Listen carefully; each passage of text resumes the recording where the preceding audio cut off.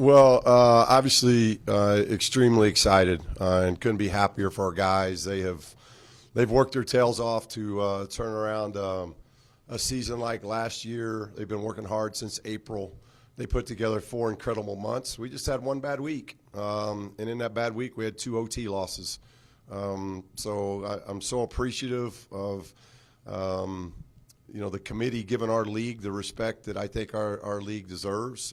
This is my 10th year in this league, and top to bottom, it's been the hardest, best league of those 10 years. So for us to get the 4 teams in, I think was huge. I want to thank Stephanie and Gloria, our commissioner, Nico, who runs men's basketball side. There's been so much work going in of just giving out this last week of just all the information and the correct information. And in an era where a lot of it has to do about net of all those final teams, we had the best net. So our guys have just done a tremendous job, and I'm so proud and so pleased that they get this opportunity to taste the big dance. And it's exciting. It's exciting for our program with all the guys returning, not having one guy that doesn't have eligibility left. This is a huge step for us, and I think the experience that we're about to undertake is going to be huge for us, not just this year, but moving forward. And very proud of them. And obviously, these 2 guys, both to my right and left, have had an enormous amount of energy and efforts to get us to this position. Coach, take us through where you guys were watching and when you saw your name pop up on the TV screen, how the room reacted. Yeah, it's difficult, Alex, because obviously our last 2 games, I thought we were in 10 days ago. And then, to have 2 games like we did where we lose 2 overtime games, it just stinks, and you got to wait. And I thought all along that we were in good shape, but when you then all of a sudden hit the bubble, you just don't know which way you're going to go. And today we gave them 2 days off. We came back right after the game. Nobody's happy. Nobody wants to be around anybody. And we gave them 2 days off just to clear their minds and let the staff clear our minds too. It's been a grind, but it's been a wonderful journey. I'm so blessed to coach these young men. I've talked to them all year about it, the connectivity that they have, the unselfishness. They've just been so good all year, and you hurt. From a coaching standpoint, you hurt for them because you're really talking about one play. And when it's an overtime game, you're one play in each of those games of being wins. And to go all season long and the only loss is at home in overtime, the last play of the game, it's just been a very special year. So we practiced today. And it was actually a very good practice. It was very spirited because beforehand we talked about, hey, we know we're playing. We're going to get more games, and there's a lot of teams that aren't getting more games. So we're blessed. We're going to have more games. We just don't know what yet. We don't know what. We don't know where. We don't know which tournament. And so we had a good practice, and then we watched it upstairs where our guys eat in Coach Eck's weight room as a team up there. And then it got even more nerve-wracking when, Greg Gumbel wants to say – Wolfpack, the Wolfpack of, and we hear NC State. That wasn't a lot of fun because I think half of us jumped to the air and then had to sit back down. So a lot of anxious moments, but I think there's been a lot of trust within this team, and we just trusted that the 4 months of work that these guys have put in was going to be deserving. You've been able to take several teams to the NCAA tournament, several programs. What makes this particular group special to get this team into the dance? Yeah, I think they've been really consistent, Alex, all year long, and I think we don't have a lot of March experience of being the hunted, and we've talked about that. That I think there's a big difference when you're the hunter and you're the hunted, and I think we felt it as our staff, and we just kept trying to figure out how we could help them. They played a little bit uptight. And it's the only reason why I think they played up tight is because they care so much. But sometimes when you care so much and you get wrapped up so tight, it affects how you play. And so now that uptightness goes away. Those anxious moments goes away. And hopefully we can feel that freedom and just go do what we know we can do. And obviously you get in this time of the year, you've got great opponents, and we've got a great opponent in Arizona State. And we know how we're going to play very, very well. But we've been uptight a little bit over the last 10 days, and because they so badly wanted to get in this tournament. And now that they're in, I see this team relaxing and doing the things they're capable of doing. For Jared, take me inside that room when you guys are sitting there, sweated out. You hear a Wolfpack the first time, and then you actually see your name pop up on the board after a couple anxious days. I can only imagine what that was like. First it's I would say it's not very fun to be on the bubble. I mean, maybe for a little bit. Obviously, getting your name called, it's big time, and you kind of get that weight off your shoulder. But it's special, and then obviously being able to hear our name, and I'd kind of say being teased a little bit when we heard Wolfpack the first time. Got a couple of us, including me. But it's great, and just like Coach had mentioned, a lot of hard work and a tough week of basketball this last week for us, 2 overtime losses. But I know my guys will be ready to go, and this is a special opportunity. As a college basketball player, you always look forward to playing in March Madness, and it's always a goal. So it's good to be back. For Keenan, I know playing in March and getting a chance to play in the tournament, this is a dream come true for you and the entire team. Yeah. What does this feel like personally to have this moment, especially after the uncertainty of the last couple of days? I've been just going through it mentally, like just to lose 3 straight games and just basically like you don't know which way you're going to go and you just up in the air. Like it was nerve-wracking and it was different for me too, just being a leader and just like not showing that emotion to my teammates, just like keep going basically. And it's great to hear our name on there. It's a dream come true, and I'm just so happy. I'm overwhelmed, to be honest.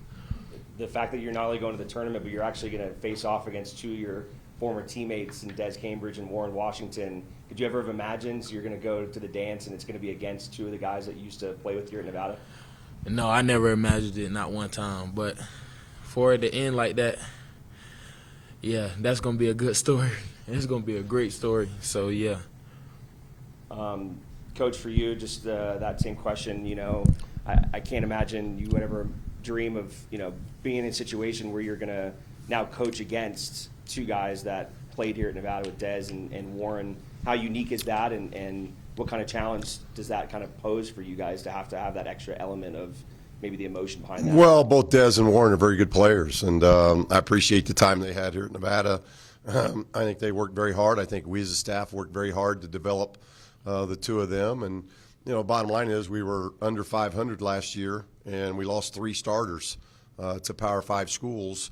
And all our team did was we ended up having an outstanding year, winning 22 games, being in the upper half of our incredible league, 5th best league in the country, 5th best league in the country, and doing a lot of positive things. And but these guys would tell you that we kind of predicted that back in April and May. We didn't know how far we were going to go, but we knew we were going to have the year we had a year ago. And it's a great credit to my assistants, my staff, and these players of the work that they've put in to create such a winning atmosphere. And we've done it so consistently all year long, on the road, on neutral sites, at home. It's been an exciting team for our community to watch and follow and support, and we've appreciated that support so much over the course of the year. And now our guys get awarded by playing in the tournament. And, I'm sure Des and Warren are happy that they're in the tournament, and they've had a good year that they're probably pretty pleased with. And I know that from our standpoint, we're very pleased and ecstatic with the guys that we've had here on this team.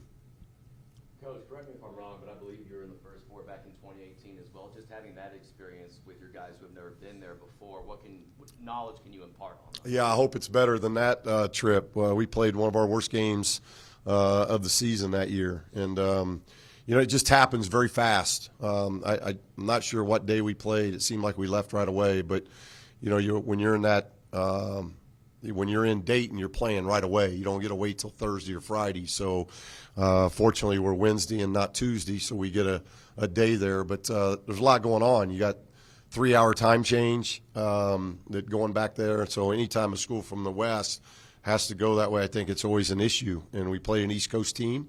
And they did. You got to give them credit. Bonnie played much better than we did, and we weren't able to beat them. So the guys got to understand that. Like, we're very, very excited. Obviously, I want them to enjoy that tonight, and we'll meet them later again tonight to go start preparing for Arizona State after the coaches have some time to watch some film. But that's what March is about. Now you're only guaranteed one game. And so you have that excitement of making the tournament, but then you're one loss away from being all over with. And I can tell you as a coaching staff, and I think the team would tell you the same, we want it to last as long as possible because it's just been a complete joy all year long. We're so blessed.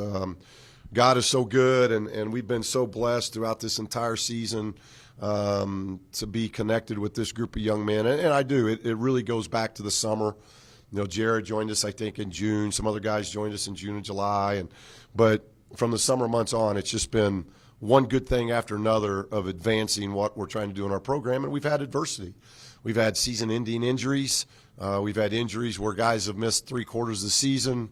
We're dealing with Daniel now, dealing with another injury. I mean, it's been a lot of adversity similar to last year, but last year's team didn't handle it well. This team has handled it as well as any team I've ever had as far as handling adversity. So I appreciate the guys that were here last year learning from it and growing from it.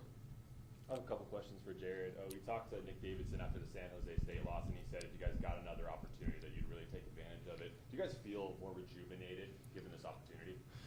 You know, I think Keenan mentioned it, you know, early on, but, you know, losing 3 games and, you know, obviously being a leader on this team, you know, you kind of felt like there might have been some pressure that we created ourselves. You know, obviously we try our best not to look at, you know, the media and obviously the NCAA tournament, but we knew, you know, probably a week and a half ago we were in really good shape and we had to win a game or two and, you know, just handle business for the most part. And, you know, we didn't do that. And I felt like, you know, there was some pressure there, and I feel like that's off. I mean, the pressure should be off now and should be the team that, you know, we've been all season, not the last week.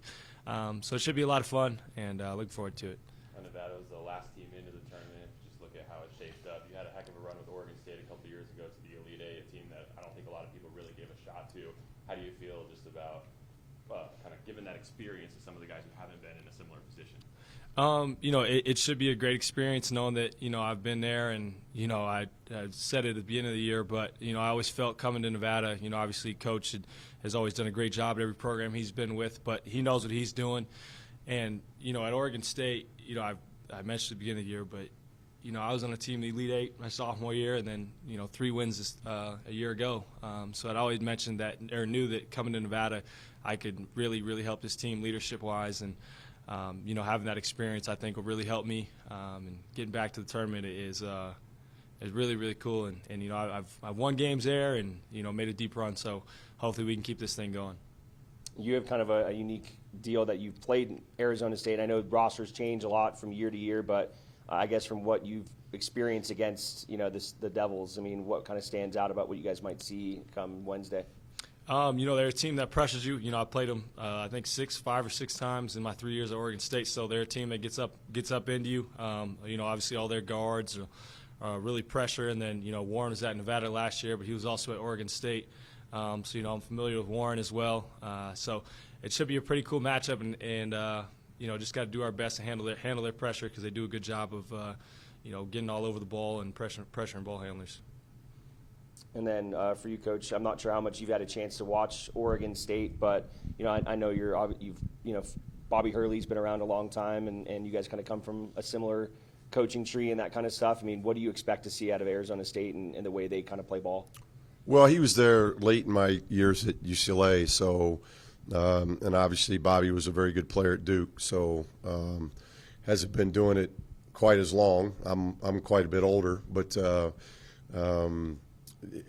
it's going to be a game, and I haven't seen them play a lot this year, but Jared hit it. They're a pressure-oriented team. They score the basketball at a high level, and like us, they've had some really big wins. And so anytime you get to this time of the year, you're going to be playing really good teams that are well coached, and that's going to be the case with this team as well.